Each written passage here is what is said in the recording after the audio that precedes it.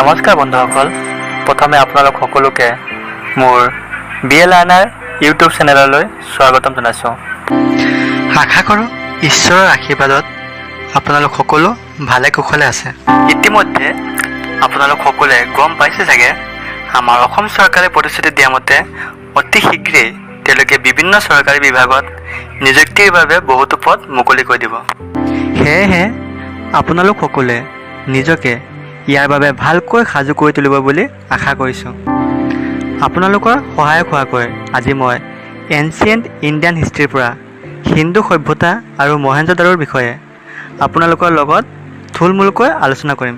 তেন্তে ব'লক এতিয়া আৰু দেৰি নকৰাকৈ আজিৰ আলোচনাৰ মূল বিষয়বস্তুলৈ আগবাঢ়োঁ। হৰপ্পা বা হিন্দু সভ্যতা বিশ্বৰ বিভিন্ন প্ৰাচীন সভ্যতা যেনে ইজিপ্ত, মেছোপটেমিয়া, গ্ৰীক, ৰোমান, চীনা আদি সভ্যতাৰ দৰে ভাৰতবৰ্ষতো কেইবাটাও সভ্যতা গঢ়ি উঠিছিল। তাৰ ভিতৰত বিশেষভাৱে হৰপ্পা বা হিন্দু সভ্যতা হৈছে এক উল্লেখযোগ্য সভ্যতা। আমাৰ ভাৰতবৰ্ষত গঢ়ি উঠা এই প্ৰাচীন সভ্যতাক প্ৰথমে হৰপ্পা সভ্যতা বুলি জনা গৈছিল যদিও পিছত ইয়াক হিন্দু সভ্যতা বুলি আখ্যা দিয়া হৈছিল। বিশেষকৈ সিন্ধু নদীৰ পাৰত গঢ়ি উঠিছিল বাবেই এই সভ্যতাক হিন্দু সভ্যতা বা সিন্ধু উপত্যকা সভ্যতা বোলে। 1826 খ্ৰীষ্টাব্দত প্ৰত্নতত্ত্ববিদ চাৰ্লছ লেছনে হৰপ্পাত প্ৰথমে এই সভ্যতাৰ নিদৰ্শন আৱিষ্কাৰ কৰে। প্ৰত্নতত্ত্ববিদৰ ইংৰাজী প্ৰতিশব্দ হৈছে আৰ্কিঅলজিষ্ট, আৰু তেওঁলোকৰ মূল কাম হৈছে মানুহৰ পুৰণি সভ্যতাৰ অনুসন্ধান কৰা। এইটো পইণ্টৰ পৰা আমাৰ পৰীক্ষাত এটা প্ৰশ্ন আহিব পাৰে যে কোনে প্ৰথমে হৰপ্পাত সভ্যতাৰ নিদৰ্শন আৱিষ্কাৰ কৰিছিল। তেতিয়া আমি চাৰ্লছ মেছনৰ নামটো মনত ৰাখিব লাগিব।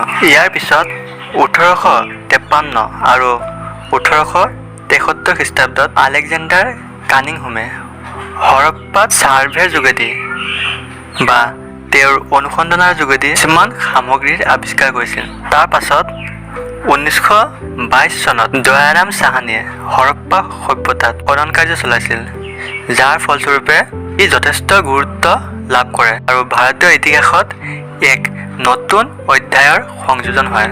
1942 চনত আৰ্কিঅলজিকেল ছাৰ্ভে অফ ইণ্ডিয়াৰ ডাইৰেক্টৰ জেনেৰেল ছাৰ জন মাৰ্শ্বালে এই সভ্যতাক ইণ্ডাছ চিভিলাইজেশ্যন বা হিন্দু সভ্যতা বুলি আখ্যা দিয়ে। হিন্দু সভ্যতা পশ্চিম পঞ্জাৱৰ মণ্টকমাৰীত অৱস্থিত আছিল। এই সভ্যতা খ্ৰীষ্টপূৰ্ব 3000 পৰা খ্ৰীষ্টপূৰ্ব 1700লৈ ব্যাপ্ত আছিল। হিন্দু সভ্যতা তাম্ৰযুগৰ আছিল।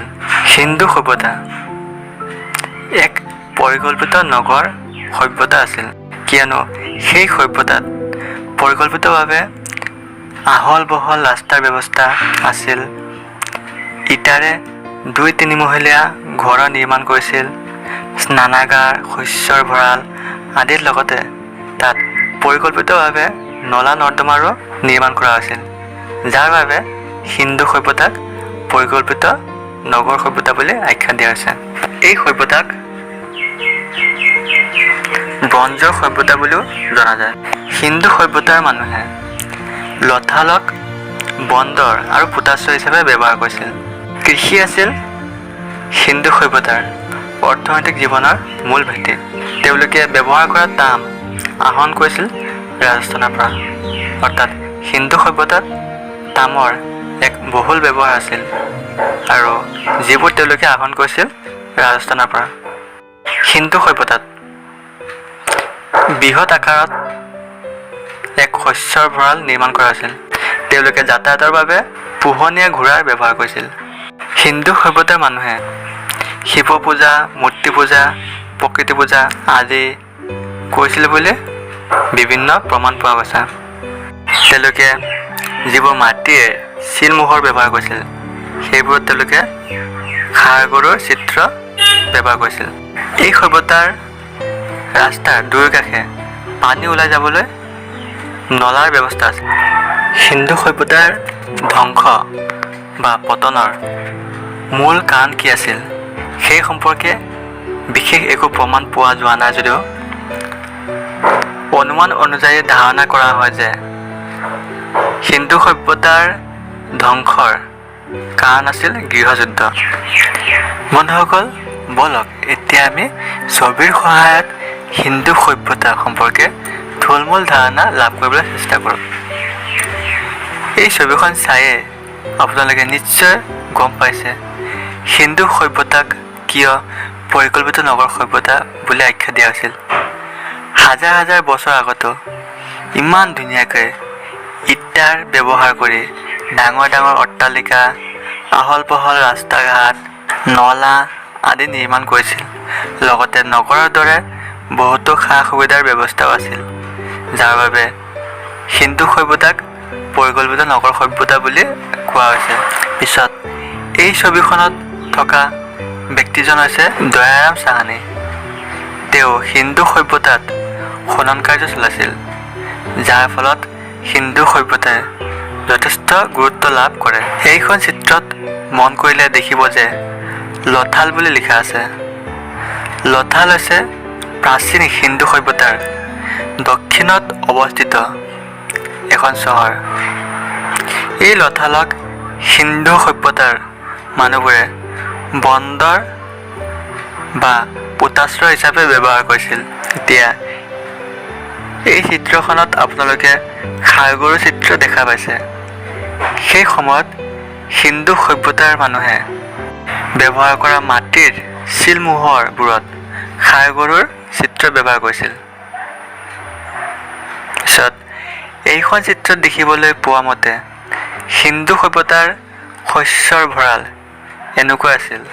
বন্ধুসকল, হিন্দু সভ্যতাৰ বিষয়ে আলোচনা ইমানেই আছিল। বলক এতিয়া আমি মহেঞ্জোদাৰোৰ বিষয়েও অলপ থুলমূল ধাৰণা লাভ কৰিবলৈ চেষ্টা কৰোঁ। মহেঞ্জোদাৰো সিন্ধু ঘাটি সভ্যতাৰ সকলোতকৈ প্ৰাচীনতম চহৰ আছিল।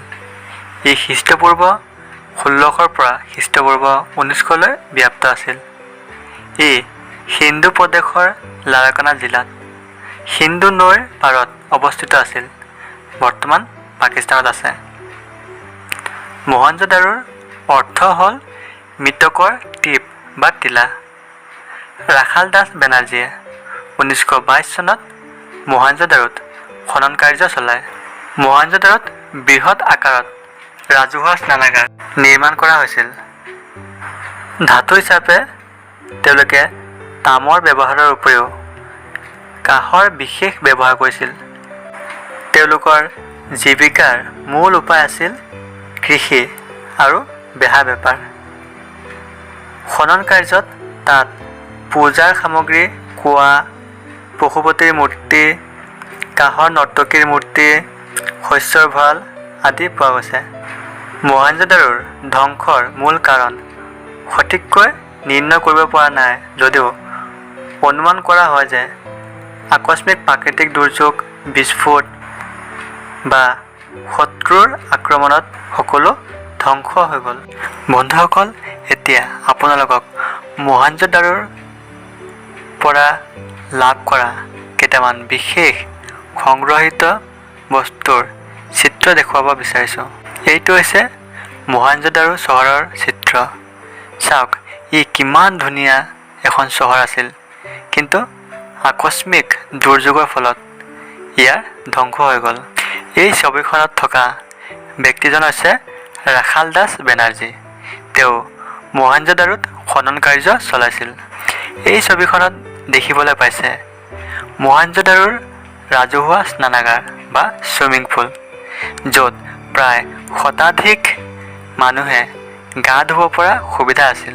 এই ছবিখনত মূৰ্তিৰ চিত্ৰ দেখা পাইছে, য'ত কিছুমান বিশেষ চিত্ৰ যেনে বাঘ, হাতী, খাৰগৰু, সাপ আদিৰ লগতে মাজতে এজন দেৱতাৰ চিত্ৰ নিৰ্মাণ কৰা হৈছে, যাক তেওঁলোকে পশুপতি হিচাপে পূজা কৰিছিল।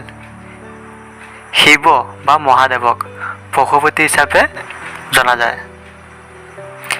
এই ছবিখনত আপোনালোকে এগৰাকী নৰ্তকীৰ মূৰ্তি দেখিবলৈ পাইছে। এই মূৰ্তিটো তেওঁলোকে কাঁহেৰে নিৰ্মাণ কৰিছিল। বন্ধুসকল, আজিৰ ভিডিঅ'টোৰ আলোচনা ইমানেই আছিল। মোৰ ভিডিঅ'টোৰ পৰা অলপ পৰিমাণে হ'লেও আপোনালোক উপকৃত হ'ব পাৰিব বুলি আশা কৰিলোঁ আৰু আপোনালোকৰ প্ৰেক্টিছৰ বাবে কিছুমান প্ৰশ্ন দিছোঁ। এইবোৰৰ উত্তৰ কমেণ্ট বক্সত শুদ্ধকৈ দিবলৈ চেষ্টা কৰিব বুলি আশা কৰিলোঁ। ধন্যবাদ।